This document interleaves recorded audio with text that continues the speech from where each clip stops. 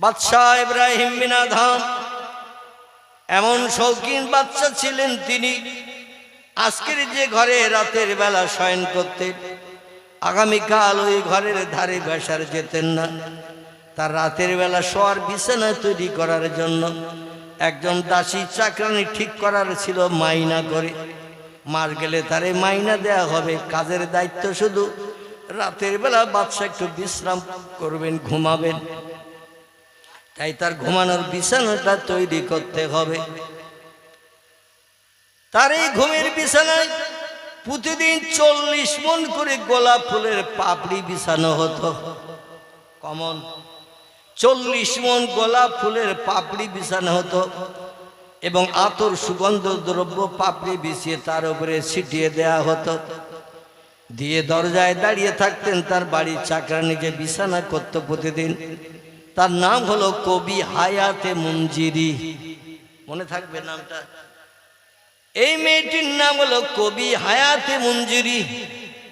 ইনি প্রতিদিন তার শোয়ার বিছানার দায়িত্ব ছাড়া আর কিছুই করতেন না। ওই বিছানাটা রেডি করে দিতেন। রাতের বেলা রাজদরবার থেকে ফিরে এসে বিশ্রাম করবেন, ঘুমাবেন। দেহের ক্লান্তি দূর করে পরের দিন মনে স্বস্তি নিয়ে আবার রাজদরবারে যে জনগণের সুখ দুঃখের ভাগিদার বনবেন, সমস্যার সমাধান করবেন, যার যা চাহিদা মেটানোর চিন্তা ভাবনা করবেন। এখন রাতের বেলা চলেছেন তিনি রাজদরবার থেকে লোকজনের বিচার আচার শেষ করে এসে বলছেন, কবি হায়াতে মুঞ্জিরি, আমার শোয়ার বিছানাটার খবর কি? হায়াতে মুঞ্জিরি ডেকে বলছেন, বাদশা জাহাপানা, আমার সারা দিনের কাজ হলো আপনার শোয়ার বিছানা করা।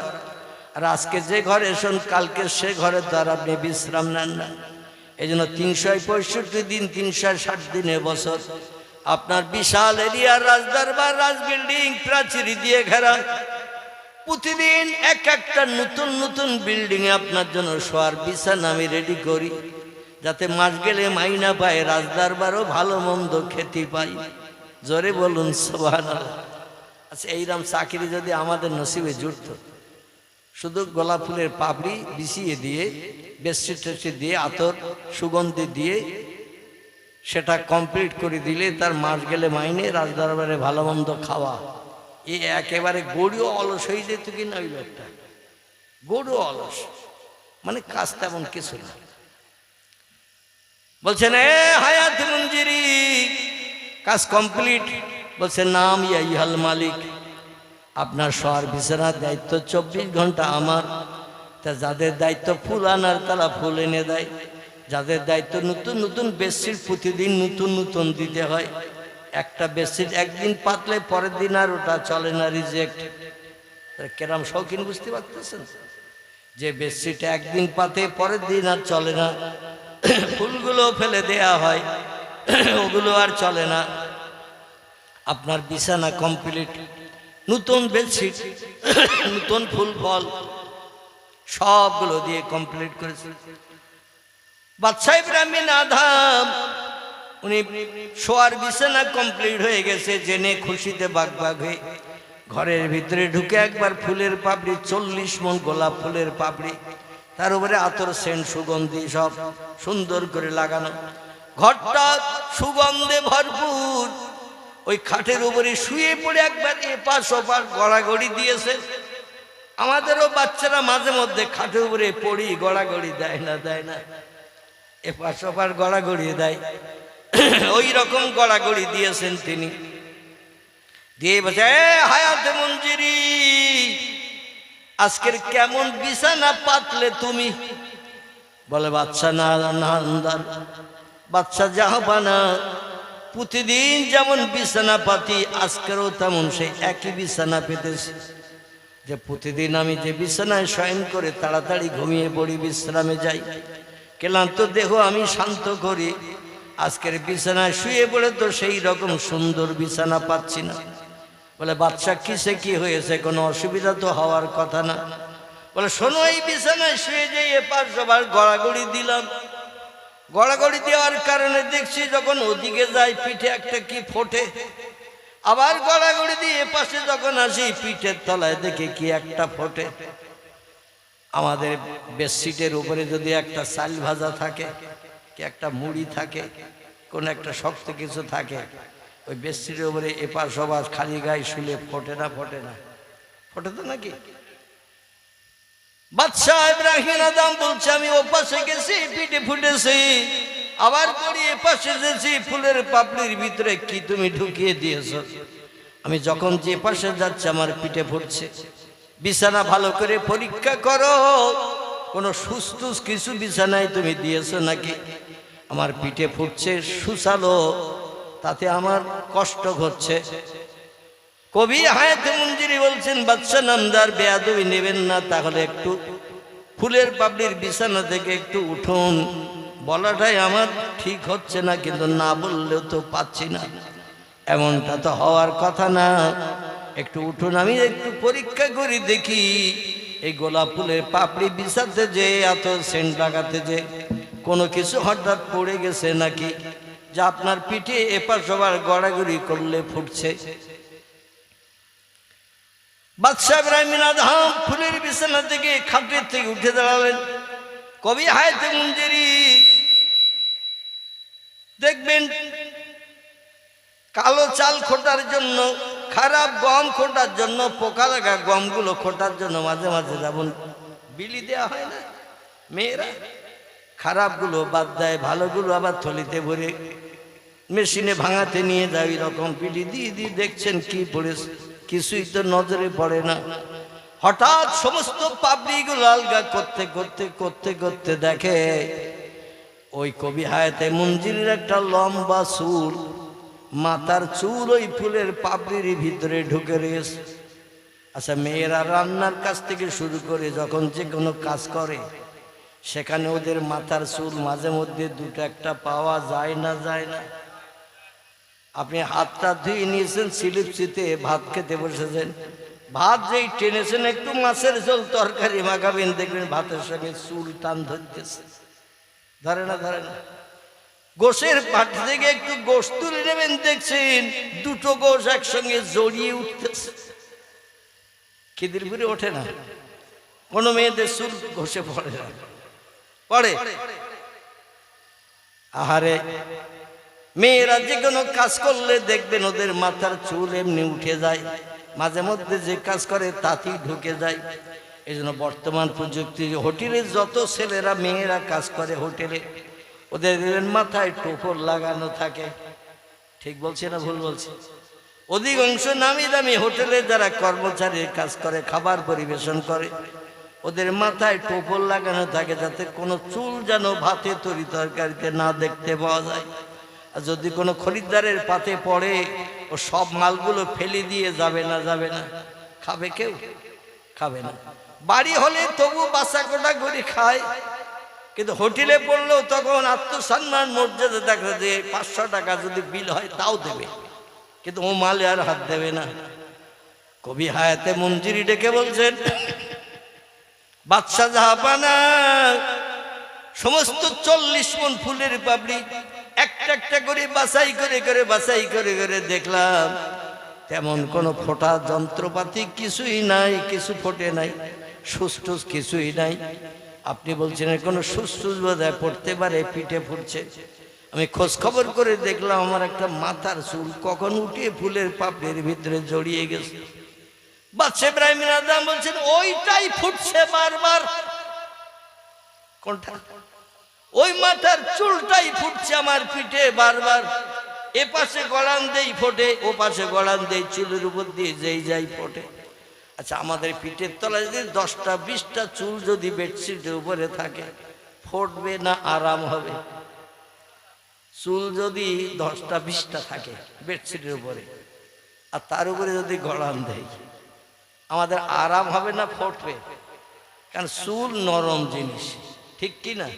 আরে ফুটতে পারে না কোনোদিন। তার কিরকম শৌখিন লোক যে একটা চুল পড়িয়েছে গোলাপ ফুলের পাপড়ির ভিতরে, সেও ধরে বেরিয়েছে। এই লোকটি প্রতিদিন 3খানা করে রুটি খেতেন। রুটি একখানা রুটি বানাতেন 300 গাওয়া ঘি দিয়ে। কি ঘি?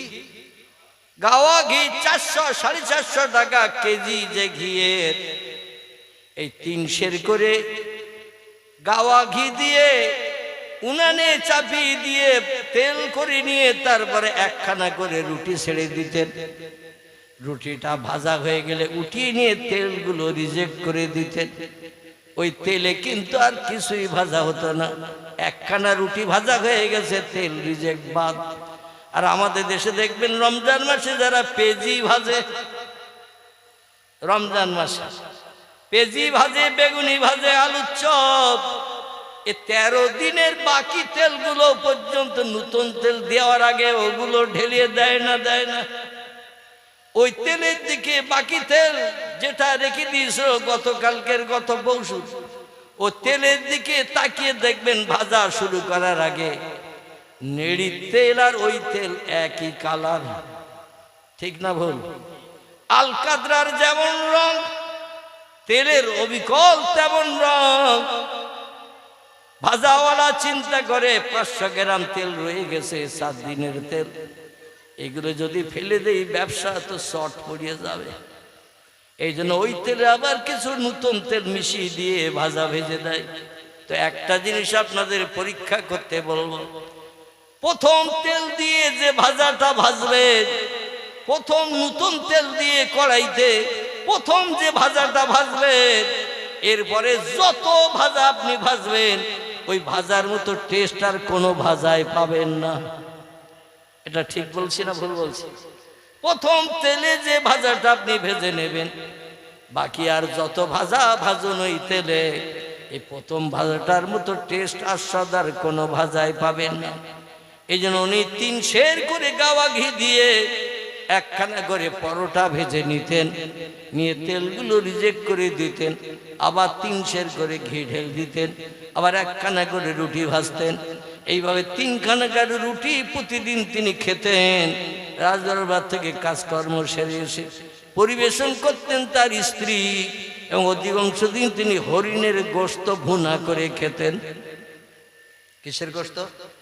হরিণের গোশত ভুনা করে খেতেন। কারণ ইব্রাহিম বিন আদম ইনি একজন তীরন্দাজ শিকারী ছিল।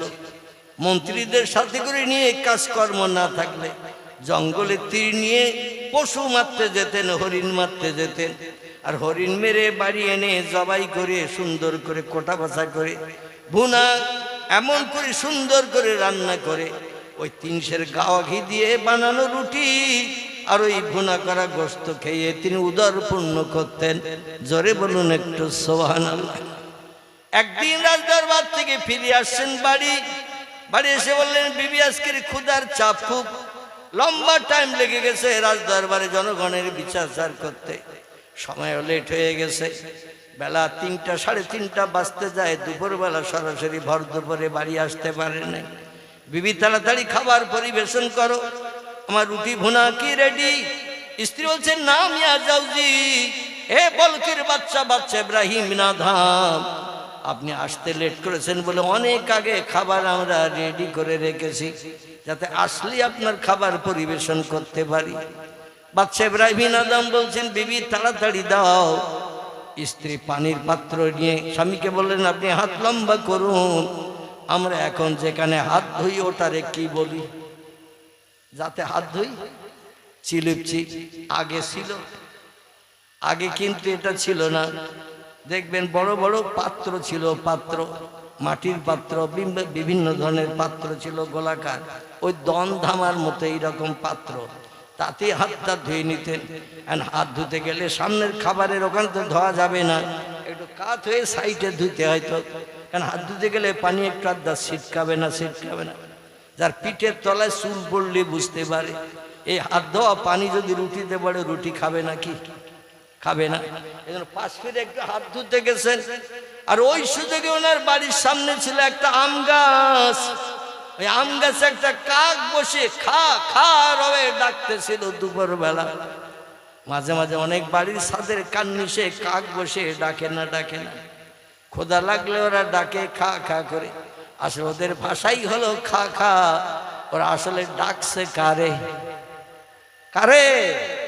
ওরা ডাকে আল্লাহ রে, এ আল্লাহ আমাদের 5 পাটি চাল ঘরে নাই, আমার 1.5 বিঘে পুকুরে মাছ পোষা নাই, খেতে আমার ফসল তৈরি করা নাই, বাজারে যে টাকা দিয়ে খাবার কিনে এনে রান্না করে খাওয়ার সুযোগ আমার নাই। ও আল্লাহ, তুমি তো বলেছো ইন্নাল্লাহা ইয়ারযুকু মাইয়াশাউ বিগাইরি হিসাব। সব সৃষ্টির রিজেকের মালিক আমি আল্লাহ, আমি সবার রিজেক পরিবেশন করি। জোরে বলুন একটু সুবহানাল্লাহ। ওমা মিন দাব্বাতিন ফিল আরদি আলাল্লাহি রিজকুহা। জোরে বলুন আল্লাহু আকবার। আল্লাহ বলছেন যত সৃষ্টি পৃথিবীতে বসবাস করে, যত সৃষ্টি চোখে দেখতে পাও, যত সৃষ্টি চোখে দেখতে পাও না, সব সৃষ্টির রিজিক আমি আল্লাহ দৈনন্দিন পরিবেশন করি। আমার দেয়া খাবার ছাড়া এক দানা বেশি কেউ খেতে পারে না, আর এক দানা কমও খেতে পারে না। যার জন্য দৈনন্দিন যেটা পরিবেশন করি সেটাই তার নসিবে জোটে। হাজার চেষ্টা করলো বাড়তি খাওয়ার লাইন নাই, আবার কম খাওয়ারও লাইন নাই। জোরে বলুন একটু সুবহানাল্লাহ। যেই হাত ধুচ্ছেন উনি এবার রুটি ছিঁড়বেন আর ভুনা গোস্ত দিয়ে এবার সুন্দর করে গালে পুড়ে খাবেন। আর কাক যে বসেছিল আম গাছে, কি গাছ? আম গাছে কাক বসেছিল। ওই কাকটা দেখছেন মালিক এবং তার স্ত্রী দুইজন মাথা নত করে হাত ধোয়া পাত্রে, বড় বাটি বলেন, জাম বাটি বলেন, যাই বলেন, গোল বাটি, তখন সিলিপসির আবিষ্কার হয়নি। ওই বাটিতে হাত ধুচ্ছেন বাচ্চা ইব্রাহিম আদম, দুই হাত ধুচ্ছেন, কারণ রুটি দুই হাত দিয়ে ছিঁড়তে হয়। এজন্য এক হাত দিয়ে ছিঁড়তে গেলে অসুবিধা দেখা দেয়। ছিট রুটি হলে তো ছেড়াই যাবে না, দুই হাত দিয়ে টানলে ছিঁড়তে সুবিধা হয়। দুই হাত ধুচ্ছেন যখন, স্ত্রী হাতে পানি ঢেলছেন নজর করে, স্বামী দুই হাত ধুচ্ছেন যাতে ময়লা ধুলা না থাকে। আর কাক হলো পাখিদের ভিতরে ধূর্ত চালাক সব থেকে বেশি। তো এত বড় চালাক, ও যখন কোনো খাবার কোনো জায়গায় রাখে পরে খাবে বলে, ও তখন চোখ দুটো বন্ধ করে সেখানে গুজে রাখে, যাতে আমি দেখছি না, অন্য কেউ দেখতে পাবে না। আচ্ছা, এটা কি যুক্তির কথা? ও যখন কোথাও খাবার ঢুকিয়ে রাখে লুকিয়ে, যে আমি চোখ বন্ধ করে রাখছি মানে আমি দেখছি না, কেউ দেখতে পাবে না। ধূর্ত চালাকদের এইরকম নোংরা তিন জায়গায় লাগে মাঝে মাঝে। ক জায়গায়? নোংরা তিন জায়গায় লাগে। হঠাৎ আপনি রাতের বেলা হাঁটছেন, পায়ে একটু যেন নরম মতন লেগেছে, বলে কি লাগলো পায়ে নরম মতন? কেন একটু আঙুলে করে মাখিয়েছে, আবার নাকে একটু ধরিয়েছে, পায়খানা না কাদা নাকি? এখন চয়েস করতে যেয়ে ও তিন জায়গায় লেগেছে পায়খানা। রাস্তার ধারে কেউ পায়খানা ফিরেছে, বলে কাদা লাগলো না গরুর পায়খানা গু লাগলো, না গোবর লাগলো, না ছাগলের নিধি লাগলো, না কি কাদা লাগলো? এখন আঙুল করে নিয়েছে, আবার একটু নাকের কাছে ধরিয়েছে, সুগন্ধ না দুর্গন্ধ চেক করার জন্য। এখন এক গু কয় জায়গায় লেগেছে? তিন জায়গায়। কাকেরও ওই রকম মাঝে মধ্যে ওই রকম অবস্থা হয়, যেখানে গুজেছে পরে দেখবে সেখানে এসে শুধু খোঁজাখুঁজি করে, কিন্তু কোন জায়গায় যে ঢুকিয়েছে ও তো চোখে দেখে ঢুকোয়নি, এই জন্য খুঁজে আর পাচ্ছে না, হতাশ হয়ে ফিরে চলে যায়। কাকটা ধূর্ত কাক চালাক, এ সুযোগে সদ্ব্যবহার করে। গাছের ডালে বসে যখন খাকা করে ডাকছিল জঠর জ্বালা নিবারণের জন্য, আর স্বামী স্ত্রী দুইজন যখন হাত ধুচ্ছিল, ওই সময় সুযোগ বুঝে কাক সৌ মেরে এসে একখানা রুটি, ওই তিনখানা রুটির থেকে একখানা রুটি তুলে নিয়ে আম গাছের ডালে যেয়ে বসেছে। প্রথম রুটি একখানা তুলে নিয়ে পাত্রে থেকে, খাঞ্চা থেকে, প্লেট থেকে ওই গাছের ডালে গিয়ে বসেছে। ইব্রাহিমের আধাম বলছে আজকে অপরাহ্ন হয়ে গেছে, বেলা বিকেল হয়ে গেছে, ক্ষুধার চাপ বেশি, আর হাত দুটো ধুয়ে নিয়ে রুটি ছিড়বো আর হরিণের গোস্তর ভুনা দিয়ে খাবো। আর একই সর্বনাশ হলো বিবি। স্ত্রী বলছে কি হয়েছে বলো? ওই দেখো তুমি পানি ঢালছিলে আমার হাতের দিকে লক্ষ্য করে, আর আমিও দুই হাত ধরছিলাম নজর দিয়ে, আর ওই কাক দেখো খাকা করছিল, সেই কাক এসে রুটি একখানা তুলে নিয়ে চলে গেছে আমডার গাছের ডালে, ও ঠোঁটে ধরিয়ে ওখানে বসে রয়েছে। আচ্ছা, মুরগির বাচ্চা টাচ্চা যখন কাকে ধরে নিয়ে যায়, ওর গালে থাকে তো না থাকে না, ছেড়ে যায়, ওর গালে থাকে, তাড়া দেবেন, ও মুরগির বাচ্চা ছাড়ে না, কিন্তু ও উড়িয়ে আর এক গাছে দিয়ে বসে, সেখানে তাড়া দেবেন আর এক জায়গায় চলে যায়। ওরা কখনো আধার ছাড়তে চায় না, বাঘ যেমন ছাড়তে চায় না, এরাও তেমন ছাড়তে চায় না, শিকারী পশু। এই জন্য কাকের গোস্ত খাওয়া যায় না, কারণ ওরা পা দিয়ে সেবিদের ঠোঁট দিয়ে ছিঁড়ে খায়। যে পশুগুলো ঠুকরে খায়, এই যে পাখিগুলো ঠুকরে খায়, এদের গোশত আমাদের শরীয়তে খাওয়া হালাল। যারা পা দিয়ে চেপে ধরে, ঠোঁট দিয়ে ছিঁড়ে খায়, এদের গোশত খাওয়া আমাদের জন্য হারাম। জোরে বলুন একটু সুবহানাল্লাহ। এটা মশলা শেখা গেল তো নাকি? এটা মশলা শেখা গেল। মশলাটা হলো এই, যারা পা দিয়ে চেপে ধরে, ঠোঁট দিয়ে টেনে ছিঁড়ে খায়, শকুন কি করে? ওই একই তো।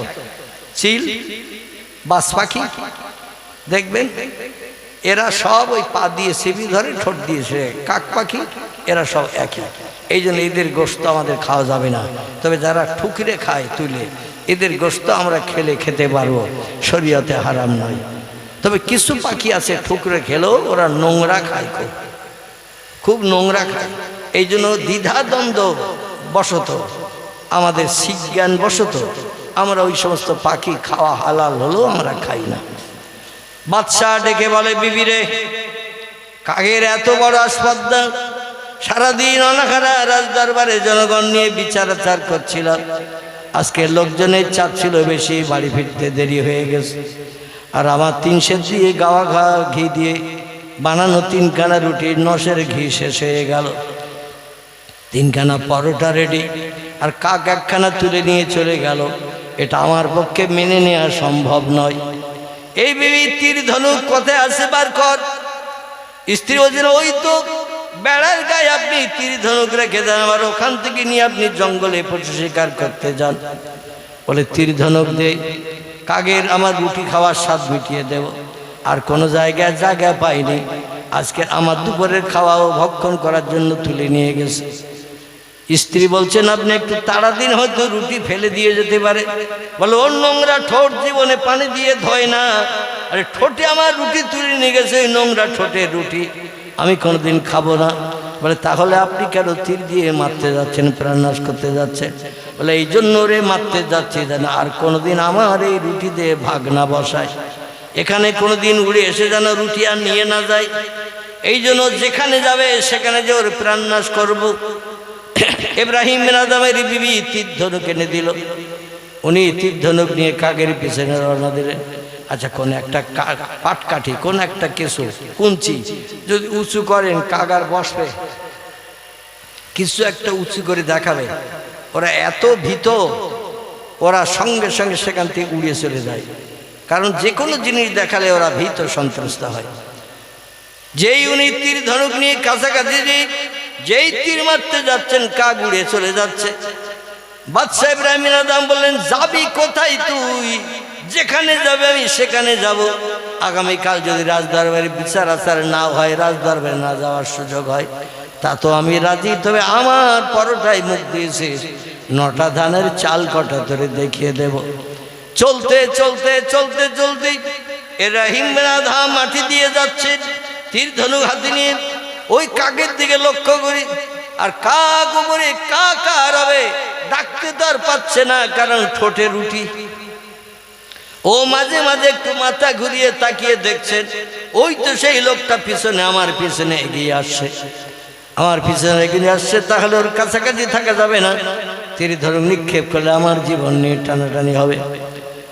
ইব্রাহিম বিন আদম কাকের পিছনে ছুটছেন। কাক জঙ্গলে চলে গেছে লোকালয় থেকে। খুব সংক্ষেপ কথা, দেখতে দেখতে বক্তৃতা 2 ঘন্টার কাছাকাছি হয়ে গেছে। আবার কর্তৃপক্ষদের একটু বক্তব্য আছে, সেদিকে দৃষ্টি নিক্ষেপ করতে হবে 2-10 মিনিট। আমার ভাইরা, চলতে চলতে কাকটা জঙ্গলের উপর দিয়ে যাচ্ছেন। ইব্রাহিম বিন আদম জঙ্গলের তলা দিয়ে কাকের দিকে লক্ষ্য করে যাচ্ছে। যেতে যেতে যেতে গহীন জঙ্গলের ভিতরে চলে গেলেন কাকটি। যে একটা গাছের ডালে যেয়ে বসেছেন, একটা গাছের ডালে যেয়ে বসে একটু বিশ্রাম নিচ্ছেন, ডানা মেলে উড়িয়ে এসেছে বহু পথ। গাছের ডালে যখন বসেছেন, ইব্রাহিম বিন আদম বলছে, আমার তো বহু দূর রান করিয়েছে, কষ্ট দিয়েছে। ওই গাছের ডালটায় যখন বসলো, তাহলে আমি সামনাসামনি যাব না, একটু ঝোপঝাড়ের ভিতর দিয়ে লুকিয়ে লুকিয়ে যাব, ওর কাছাকাছি লুকিয়ে যে তীর ধনুক নিয়ে এমন নিক্ষেপ করে তীর মারবো, যাতে রুটি সমেত অন্তত গাছের তলায় ঝপ করে পড়ে যায়। বাড়ি নিয়ে রুটি নিয়ে মরা কাকটা নিয়ে আমার বিবিরে দেখাবো। আমি যেটা বলি সেটা করি, আমার নাম ইব্রাহিম বিন আদম। জোরে বলুন একটু সুবহানাল্লাহ। আমার নাম ইব্রাহিম আদম, আমি যেটা বলি সেটা করি। ও বিবি, সেই দেখো কাগরে মেরেছি, রুটিও ছিনিয়ে এনেছি। এখন এই গাছের আশেপাশে ঝোপঝাড় জঙ্গল, গাছের ডালে কাকটা বসা। আর ইব্রাহিম আদম ইনি আস্তে আস্তে পার্শ্ববর্তী এলাকায় যত নিকটস্থ যাওয়া যায় তীর মারাটার সুবিধা হবে, একটু একটা ঝোপের কাছাকাছি যে এবার তীর ধনুক নিয়ে নিক্ষেপ করবে বলে চিন্তা ভাবনা করেছেন, তীর ছুড়বে। হঠাৎ দেখে গাছটার থেকে কাকটা ওই ডালের থেকে নেমে গাছের গোড়ার কাছে ডানা মেলে উড়ে চলে এসেছে। গাছের গোড়ার কাছে যখন এসেছে, ইব্রাহিম আদমের মনে বড় আনন্দ। কাক তো আর গাছের ডালে নাই, এখন নিচে নেমেছে, মানে আমার খুব সুবিধা। এইবার লক্ষ্য করে দেখি রুটিটা নিয়ে গালে করে কাকটা কি করে, দেখে গাছের গোড়ার সঙ্গে একটা মানুষকে দাঁড় করে রেখে দড়ি দিয়ে পিছনে বাঁধা। একটা মানুষকে দড়ি দিয়ে পিছনে বাঁধা। বসার ক্ষমতা নাই, ওঠার ক্ষমতা নাই, শোয়ার ক্ষমতা নাই, ঘুমানোর ক্ষমতা নাই। পেশাব করলে দাঁড়িয়ে করতে হয়, পায়খানা করলে দাঁড়িয়ে করতে হয়। এইরকম ভাবে আষ্টি বৃষ্টি জড়িয়ে বেঁধে একদল জঙ্গলের হিংস্র ব্যক্তিরা, দস্যুরা তার কাছ থেকে পয়সা কড়ি কেড়ে নিয়ে যা ছিল সম্পদ সব কেড়ে নিয়ে ওই গাছের গায়ে আষ্টি বৃষ্টি বেঁধে রেখে তারে চলে গেছে। আর লোকটা গাছের গায়ে যখন বাঁধা, পিছন দিক থেকে হাত দিয়ে গাছের গায়ে বাঁধা। দড়ি খোলারও লাইন নাই, শোয়ারও ক্ষমতা লাইন নাই, বসারও লাইন নাই, পেশাব করতে যাওয়ার লাইন নাই, পায়খানা করতে যাওয়ারও লাইন নাই। এই অবস্থায় লোকটা ওই গাছের গায়ে দাঁড়িয়ে দাঁড়িয়ে আর কি করবে? আপনাদের কাছে একটা কথা জিজ্ঞাসা করি, বলুন, যার কেউ নাই তার কে আছে? তার আল্লাহ আছে। ওই লোকটা বলল, আজকে আমার যেভাবে দস্যু মানে সন্ত্রাসীরা, বদমাইশেরা, ডাকাতেরা অর্থ সম্পদ যা ছিল জঙ্গলের রাস্তায় কেড়ে নিয়ে গাছের গায়ে আষ্টে পৃষ্ঠে পিছনে হাত দিয়ে বেঁধে রেখেছে। দেখতে দেখতে আজ 14 দিন হয়েছে। কদিন? 14 দিন হয়েছে এই গাছের গায়ে বাঁধা। লোকটি দেখলো জঙ্গলে এই রাস্তায় লোক চলে না, কেউ আমার সাহায্য করবে এমন সুযোগও নাই। অনেক মানুষ এই জঙ্গলে যায়, তবে দলবদ্ধভাবে যায়, একজন যায় না, কারণ দস্যুদের হাতে পড়ার ভয়। কোনো লোকজন তো দেখছি না যেতে। আর আমাকে এই গাছের গায়ে দাঁড়িয়ে থেকে না খেয়ে পিপাসায় কাতর হয়ে মরতে হবে। যখন বান্দার কোনো উপায় থাকে না, তখন বান্দা শেষ বেলায় ডাকে কারে? ডাকে আমার আল্লাহরে। এই জন্য বাংলা একটা প্রবাদ আছে, গুতোই পড়েও সুসো নামাজ পড়ে। ঠিক না বল? যখন চরম বিপদে পড়ে, ভাই পাশে আসলো না, চাচা আসলো না, বন্ধু আসলো না, চরম বিপদ, ও তখন দেখবেন খোঁড়াতে খোঁড়াতে মসজিদে আসে। মসজিদে এসে 2 রাকাত নামাজ পড়ে চোখের পানি ফেলে আল্লাহর কাছে তখন দাবি জানাতে থাকে। আল্লাহ বলেন, ফালিয়াদহাকু কালিলা ওয়ালিয়াবকু কাসীরা। বান্দারা যখন কেউ তোমার পাশে থাকবে না, কেউ তোমার হয়ে উপকারের দায়িত্ব পালন করবে না, তোমার সাহায্য করবে না, তখন চোখের পানি আমার কাছে একটু ফেলে আমার কাছে তোমার সমস্যার সমাধানের কথা জানাও। আমি আল্লাহ তোমার চোখের পানি নাকের ডগা পর্যন্ত আসার আগে আমি তোমার দাবি কবুল করে মুখে হাসি ফুটাবো। এই লোকটি ওই গাছের গায়ে দাঁড়িয়ে থেকে দেখে শুধু নাম জপ করছে আমার আল্লাহর। সুবহানাল্লাহ, আলহামদুলিল্লাহ, লা ইলাহা ইল্লাল্লাহ, এইভাবে আল্লাহর নামের জপ জিকির করছেন 8 দিনের মতো। কদিন? 6 দিন দাঁড়িয়েছিল গাছের গায়ে, কোনো সাহায্যকারী পাই নাই। তখন চিন্তা করলেন, আমার সাহায্য করার মালিক যিনি, তিনি হলেন আল্লাহ। এখানে লোকজন যখন কাউকে দেখছেন, একটু আল্লাহরে ডাকি। 24 ঘন্টা আমার আল্লাহরে ডাকছেন, রাত দিন। আল্লাহ বলছেন, আমার রহমতের কাছাকাছি তুমি হয়ে গেছো, আর অসুবিধা নাই। জোরে বলুন সুবহানাল্লাহ। আল্লাহ ডেকে বলে, বলো কি অধিবাসী বাদশা ইব্রাহিম আদম, কাক রুটি উঠিয়ে নিয়ে গেছে কি জন্য তুমি কি জানো? আসলে কাক দুনিয়ার কোন কাক নয়, ও হলো আমার রহমতের ফেরেশতা। একটু জোরে বলেন, আমার রহমতের ফেরেশতা। আমি ফেরেশতাকে কাক বানিয়ে পাঠিয়ে দিয়েছি ইব্রাহিম আদমের বাড়িতে। কারণ 3 সের করে গাও ঘি দিয়ে বানানো পরোটা, আবার 3 সের ঘি দিয়ে নতুন করে বানানো আর একখানা পরোটা। বান্দা 24 ঘন্টা আমার নামের জপ জিকির করছে। সুবহানাল্লাহ, আলহামদুলিল্লাহ, লা ইলাহা ইল্লাল্লাহ। সুবহানাল্লাহ, আলহামদুলিল্লাহ, লা ইলাহা ইল্লাল্লাহ। আমার নামের জপ জিকির যখন করছে, আমি কি জবের আটার রুটি তারে খাওয়াবো? জবের আটার খাওয়াবে? তারে গমের আটার না ভুট্টার আটার? আল্লাহ বলছেন এই দেশে সব থেকে উত্তম রুটি যে বানায় নাম হলো তার পলকের বাদশা ইব্রাহিম বিন আদহাম। 3 সের করে গাওয়া ঘি দিয়ে একটা করে রুটি বানায়, তেলগুলো ফেলে দেয়, আবার নতুন তেল ঢেলে দিয়ে আর একখানা রুটি বানায়।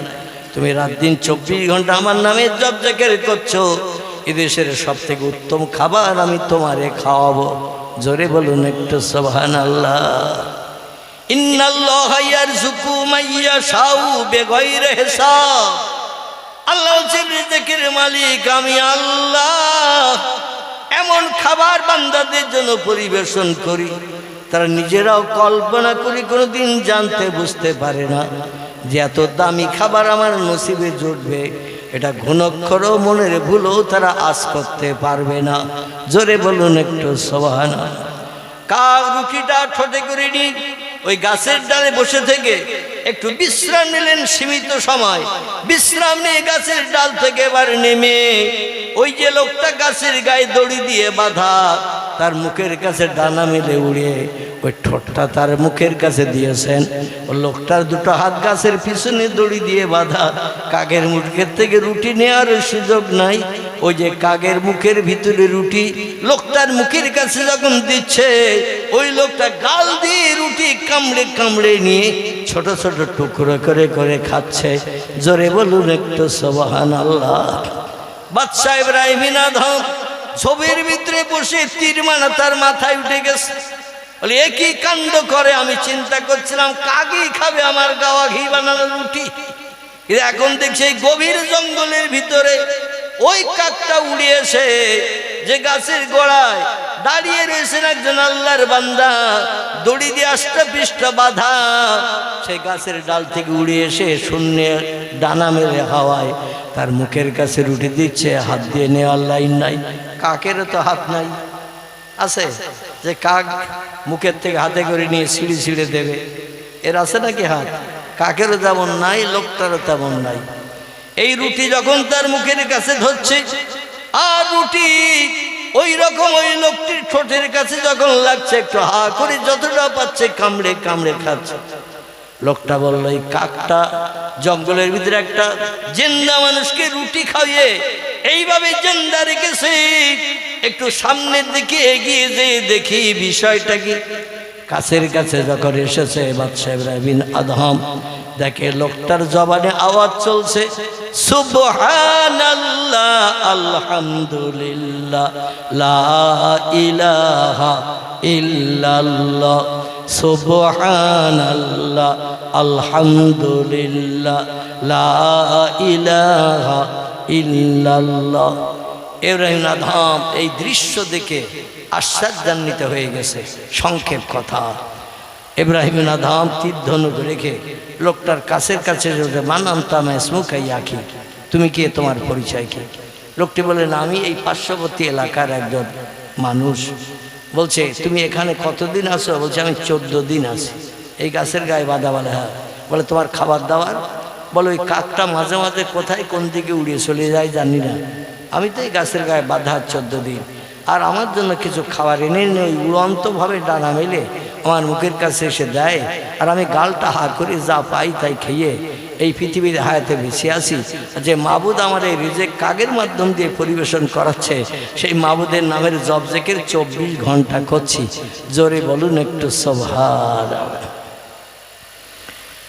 ইব্রাহিম আদম বললেন, ভাই তোমাকে আর জঙ্গলে এই অবস্থায় থাকতে হবে না, দড়ি খুলে দিয়ে দিলাম।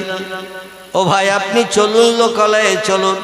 আমি আজকের বুঝতে পারলাম যে লোকটি আল্লাহর আপন হয়, আল্লাহ তার আপন হয়ে যায়। পৃথিবীর কোনো মানুষের কাছে তার হাত পাতার দরকার থাকে না। জোরে বলুন একটু সুবহানাল্লাহ।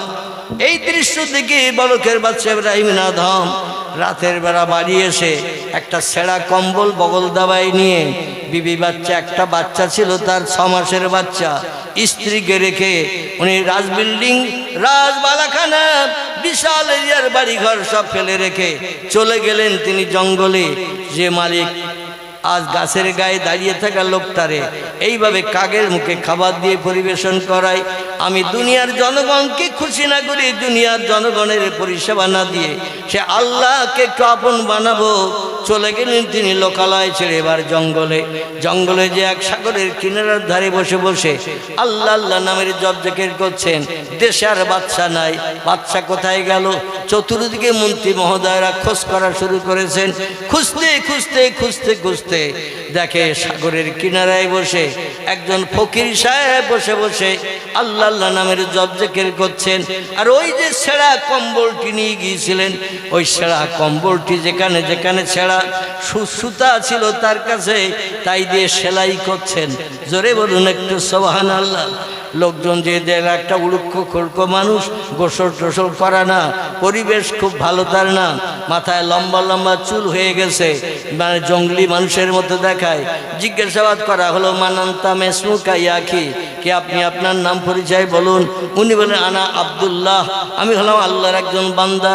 বলে, আপনি আল্লাহর বান্দা, আমরাও আপনার বান্দা, কিন্তু আপনার এই দুনিয়াবি পরিচয়টা কি বলুন। উনি বলছেন, বাবারা দুনিয়াবি পরিচয় দিয়ে নিয়ে আর কি হবে? বলে, না একটু বলতে হবে, শুনবো। উনি বললেন, আমি হলাম পার্শ্ববর্তী এলাকার বলকের অধিপতি বাদশা ইব্রাহিম আদম। বলে, আপনার তো খোঁজ করছি আজ 12 বছর ধরে। ক বছর? কখন রাতের বেলা পালিয়ে চলে এসেছেন বিবি বাচ্চা, রাজদরবার রাজবিল্ডিং সব ফেলে রেখে। আমরা খুঁজে খুঁজে খুঁজে 12 বছর হন্যে হয়ে গেছি, পাগল হয়ে গেছে, আজ আপনার সন্ধান পেলাম। চলুন বাচ্চা নামদার, আপনার অভাবে দেশের জনগণ বিপদগ্রস্ত, মুসিবতগ্রস্ত, অসুখী তারা, তাদের সুখ সম্ভোগ আর নাই, জীবনে তাদের শান্তি নাই। আপনার আগমনের জন্য মানুষ সব পাগল পারা। উনি বললেন, তোমরা বাড়ি চলে যাও, তোমরা যে দেশের জনগণের সঙ্গে সদ্ব্যবহার করো, সদাদর্শ তৈরি করো, আমি আর বাড়ি চলে যাব না। এই সাগরের কিনারাই হলো আমার খুব প্রিয় জায়গা। বলছি, এখানে আপনি কি পান? এখানে তো রান্না বান্না নাই, খাবার দাবার নাই, কোনো কিছু নাই। এই ছেঁড়া কম্বল আপনি সেলাই করছেন, ছেঁড়া কম্বল, মাথায় আপনি কতদিন গোসল করেন না, তেল মাখেন না, তা ঠিক নাই, মাথা চুল সব লম্বা হয়ে জট হয়ে গেছে। উনি বলছেন, তা তো আমার ভালো। বলে, আপনার ভালোটা একটু পরিচয় দিন। বলছে, তোমরা পরিচয় নেবে? বলে, নাম হাত। বলে, তাহলে আমার হাতের সুস্টার দিকে তাকাও। হাতের সুস্টার দিকে দেশের জনগণ, মন্ত্রী মহোদয়রা তাকিয়েছেন, সভাসদ বর্গেরা সুস্টা নিয়ে বিসমিল্লাহ শরীফ পাঠ করে সাগরের পানিতে ফেলে দিয়েছেন। ওই সুস্টা যেই ফেলে দিয়েছেন, সঙ্গে সঙ্গে সুস পানির তলায় চলে গেল, ভারী সুস। বাচ্চার ডেকে বলছেন, ইব্রাহিম আদম, মা তারা ইয়াকি, কি দেখলে তোমরা? বলে, আপনি একটা ভারী সুস ফেলে দিয়েছেন, পানির তলায় চলে গেছে, এটা যাওয়ারই কথা। উনি বললেন, তোমরা কি ওই সুসটা আমারে আবার তুলে এনে দিতে পারবে? ওই সুসটাকে আমারে তুলে এনে দিতে পারবে? ওরা বললো, এই সাগরের পানির তলায় কত গভীর তাকে জানে, আর ছোট্ট সুস সাগরের পানির তলায় খুঁজে নেওয়া সম্ভব। বাদশা ইব্রাহিম আদম বলছেন, তোমাদের পক্ষে যে কাজ করা সম্ভব, আমার আল্লাহর পক্ষে সেই কাজগুলো করা সব সম্ভব। আমরা যেটা চোখে দেখতে পাই না, সবার আগে দেখতে পাই কে? আমরা যে কাজটা তাড়াতাড়ি করতে পারি না, সবার আগে সে কাজটা করতে পারে কে? আমরা যে খবরটা তাড়াতাড়ি শুনতে পাই না, সে খবরটা সবার আগে শুনতে পাই কে? ইব্রাহিম আদম বলছেন, আমি রাজবাড়ি বিবি বাচ্চা ছেড়ে এই সাগরের কিনারায় খুব ভালো আছি, সুস্থ আছি, স্বস্তিতে আছি। বলে তার বাস্তব নমুনা, বলে তোমরা সুস্থ আনতে পারবে সাগরের তলা থেকে? বলে অসম্ভব। উনি বললেন, আমি আল্লাহর সৃষ্টি এই সাগরের পানির মাছকে বলছি, এ সাগরের পানির মাছেরা, আল্লাহ সব সৃষ্টি যদি মানুষের উপকারের জন্য বানিয়ে থাকেন, ওমা মিন দাব্বাতিন ফিল আরদি আলাল্লাহি রিজকুহা, আল্লাহ যদি সব সৃষ্টির রিজিক পরিবেশন করে থাকেন আর তাই খেয়ে যদি সব সৃষ্টি বেঁচে থাকে, শুধু তাই না, হুয়াল্লাযী খলাকা লাকুম মা ফিল আরদি জামিয়া, আল্লাহ বলছেন যা কিছু চোখে দেখতে পাও, যা কিছু চোখে দেখতে পাও না, সব সৃষ্টিগুলো আমি বানিয়েছি কেবল মানুষের উপকারের জন্যে। জোরে বলুন একটু সুবহানাল্লাহ। সাগরে যত জীব জন্তু আছে সব মানুষের উপকারের জন্য তৈরি হয়েছে। আল্লাহর পাক কালাম কোরআনের কথা। এ দেশের সভাসদ বর্গরা, মন্ত্রী মহোদয়রা, এখানকে দাঁড়িয়ে থেকে সাগরের পানির দিকে তাকিয়ে দেখো। ইব্রাহিম আদম বললেন, সাগরের মাছেরা, আমি যে সুসটা পানিতে ফেলে দিয়েছি, আমার এই সুসটা তোমরা একটু উঠিয়ে সাগরের কিনারায় এনে দাও, আমার কম্বলের বাকি সেরাগুলো সেলাই করব। বিভিন্ন মাছ, ওরা সোনার সুস, রূপার সুস, বিভিন্ন নামি দামি কসমেটিকের বিভিন্ন নামি দামি জিনিসের সুসগুলো গালে করে নিয়ে নিয়ে সাগরের কিনারে এনে হাজির করছে। আর তারা জবান খুলে বলছে, হুজুর এই নিন আপনার কম্বল সেলাই করার জন্য। একটু চিল্লাই বলা যাবে কি সুবহানাল্লাহ? ইব্রাহিম আদম বলছেন, এ সাগরের মাছেরা, কামড় কুমির জলস্থিতিমি মাছেরা, আমি ওই সুসটা ফেলি নাই, তার যেটা তোমরা আমারে দিচ্ছ, আমার সেই লোহার সুস, জং ধরা পুরানো সুস, সেইটা যদি কেউ পাও তুলে আনো, আমি অপরির জিনিস কোনোদিন হাতে নেব না। মাছেরা খুঁজে খুঁজে সাগরের তলা থেকে সেই পুরানো জং ধরা লোহার সুসটা বার করে দিল। বাদশা ইব্রাহিম আদম সেটা তুলে নিয়ে বলল, এ মন্ত্রী মহোদয়, সৎবর্গেরা, এর থেকে আনন্দ পৃথিবীর মানুষের আর কিছু হতে পারে নাকি? সবাই বলল, আপনি যেখানে আছেন থাকেন, আপনাকে আর জোর করে রাজদরবারে নিয়ে যাব না। জোরে বলুন সুবহানাল্লাহ। আর আমরা যদি কোথাও থাকি তো খবর দেই, আমানত তো বাড়ির লোকের এসে নিয়ে যেতে বল, এ বলি না? বলি না? আমার ভাইরা, এই আল্লাহর আপন বনার জন্য সব থেকে বেশি আল্লাহর প্রিয় কাজ হলো, আল্লাহ পাকের নবী সাল্লাল্লাহু আলাইহি ওয়াসাল্লাম হাদিস শরীফে জানিয়েছেন যে সব থেকে প্রিয় কাজ হলো আল্লাহর আপন বানানোর জন্য, সেটার নাম হলো নামাজ। কি না? সেটার নাম হলো নামাজ। আফজালুল ইবাদাতে ইবাদাতুস সালাত। তো এখানে আগে কোনো নামাজের জায়গা ছিল না, পরবর্তীতে ছেলেদের মাধ্যম দিয়ে, বিভিন্ন মানুষের সাহায্য সহযোগিতার মাধ্যম দিয়ে একটা নামাজের স্থান বানানো হয়েছে। তবে আমি অনুরোধ করব, আত্মহিংসা, মানুষের সঙ্গে মতদ্বন্দ্ব করে পাশাপাশি জুমা মসজিদ আপনারা বানাবেন না। উক্তীয় মসজিদ বানিয়েছেন, আলহামদুলিল্লাহ, এটাই যথেষ্ট। এক জায়গায় জুমার নামাজ পড়বেন, এটাই হলো উত্তম। এবং গ্রামবাসী, পাড়া প্রতিবেশী সবার সঙ্গে একটা হৃদ্রতা, মহব্বত, প্রেম, ভালোবাসা জুমার দিন এক জায়গায় হলে তৈরি হয় না? হয় না? তৈরি হয়। জুমার নামাজ পড়ার জন্য মসজিদ বানাতে গেলে শরীয়তের ফতোয়া মোতাবেক বানাতে হবে। কারণ পাশে একটা মসজিদ হয়ে গেছে কাছাকাছি, ওখানে আজান দিলে এখানে আজান দিলে ঢোলের মতো ঠুলোঠুলি হয় না? হয় না? কথা বলে না? ডোলের মতো ঠুলোঠুলি হয়। এই জন্য পাশে যখন একটা জমা মসজিদ, ও পাশে একটা জমা মসজিদ, আবার এই জোলের ওপাশেও একটা জমা মসজিদ, নাকি? এখন শরীয়তের ফতোয়া কিন্তু এইরকম চারটিখানি বিষয় নয়। শরীয়তের ফতোয়া খুব সূক্ষ্ম এবং শরীয়তের ফতোয়া খুব তত্ত্ববহুল। এই জন্য আপনারা উক্তীয় নামাজের ঘর বানিয়েছেন, কোরআন শরীফের তালিমের জায়গা বানিয়েছেন, এটাই এনাফ, যথেষ্ট। এরই আপনারা সংস্কার, সংযোজন, বিশেষ করে আরও উন্নত করার জন্য আমি আপনাদের কাছে আর লম্বা টাইম ওয়াজ করব না, এত সময় বক্তব্য রাখবো এটাও আমার ধারণা ছিল না। আমি মনে করেছিলাম ঘন্টাখানি ওয়াজ করি, একটু ভিক্ষুক সেজে হাত পেতে দোয়া করে 1.5 ঘন্টার ভেতরে বাড়ি চলে যাব। কারণ আপনারা কম বেশি জানেন, আমি যেখানেই যাই সেখান থেকে প্রোগ্রাম ছেলে কোনোদিন 4:30, কোনোদিন 5টা, কোনোদিন 6টাও বেজে যায়। বাড়ি যেয়ে ইনসুলিন দেই নাভিতে, তারপরে দুটো খাই, রাতে 2 ঘাড়া রুটি খাই, আর দুপুরবেলা 2 চামচ ভাত খাই। যাই হোক, আজকে দুপুরে খেয়েছি, ভাত খাই দুপুরবেলা 2 চামচ, আপনাদের এখানে খেয়েছি আমার হাজী শামসুল ভাইয়ের কাছে। রাতের বেলা আমি কোনো ভাত টাত খাই না ভাই, দুখানা করে রুটি খাই, বাড়ি যাব খাবো।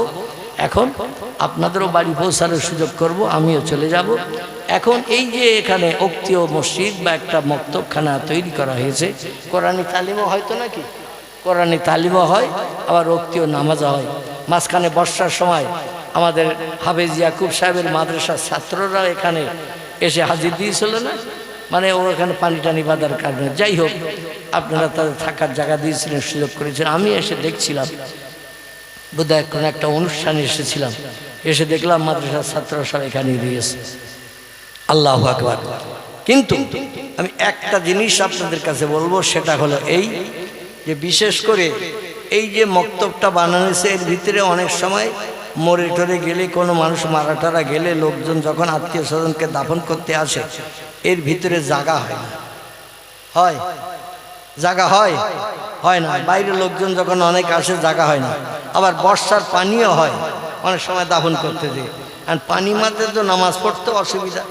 বাইরের বারান্দাটা কমপ্লিট আছে, উপরে মাথায় ছাতা নাই, এই বারান্দার মাথার উপরে ছাতা নাই। এখন আমি মনে করছি যে আজকের অন্তত এই মাথার উপরে ছাতাটা দেওয়ার জন্য আপনাদের কাছে একটু ভিক্ষুক সাজব। যত তাড়াতাড়ি দেবেন তত তাড়াতাড়ি গরম তাওয়ারুক আপনাদের হাতে পৌঁছাবে। আর যদি বলেন আমরা দিতে দেরি করব,